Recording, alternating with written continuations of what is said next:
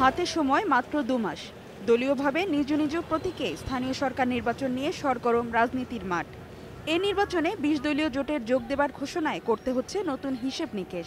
দলের নেতারা বলছেন, নির্বাচনে প্রার্থী মনোনয়ন পদ্ধতি নিয়ে তেমন আলোচনা হয়নি 14 দলের নীতি নির্ধারণী পর্যায়ে, ফলে কাটছে না অস্পষ্টতা। যেহেতু আমাদের সমমনা দল, এগুলো আমাদের মুক্তিযুদ্ধের পক্ষের দল, এদের ক্ষেত্রেও আমরা একটা বিবেচনা আসতে হবে যে এরা কিভাবে এই নির্বাচনে অংশগ্রহণ করবেন, জোটগতভাবে করবেন, আলাদাভাবে করবে, সব আলোচনা করে সিদ্ধান্ত হবে। নতুন কাঠামোয় নির্বাচনের প্রস্তুতি চলায় আওয়ামী লীগ সহ অনেক রাজনৈতিক দলেরই গঠনতন্ত্রে সংশোধন দরকার। তৃণমূলে সব এলাকায় প্রার্থী দেবার সক্ষমতা নিয়েও সমান সুবিধাজনক অবস্থানে নেই সব দল, ফলে জোটগতভাবে নির্বাচনের পক্ষে বিপক্ষে মত দলগুলোর। প্রাথমিকভাবে ডিসিশন অনুযায়ী সামর্থ্যগতভাবে ইলেকশনে যাওয়া উচিত।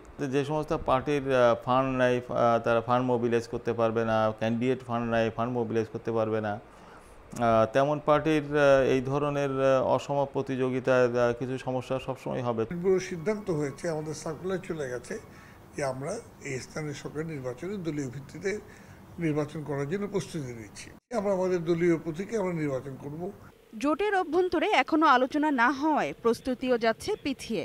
তো এটা খুব তাড়াতাড়ি জোটের মিটিং ডেকে আমি মনে করি এই বিষয়ে আনুষ্ঠানিকভাবে আলোচনা করে একটা সিদ্ধান্তের দিকে যাওয়া দরকার। কারণ যত তাড়াতাড়ি আমাদের কেন্দ্রীয় সিদ্ধান্ত হবে, তত তাড়াতাড়ি আমরা মাঠগুলো গোছাতে পারব। সামর্থ্য অনুযায়ী বেশিরভাগ দলই তৃণমূল পর্যায়ে প্রার্থী নির্বাচনের সাংগঠনিক প্রক্রিয়া শুরু করেছে। তবে জোটের আলোচনার মাধ্যমেই সিদ্ধান্ত চূড়ান্ত হবে বলে জানিয়েছেন নেতারা। ফারজানা শোভা, ইন্ডিপেন্ডেন্ট নিউজ, ঢাকা।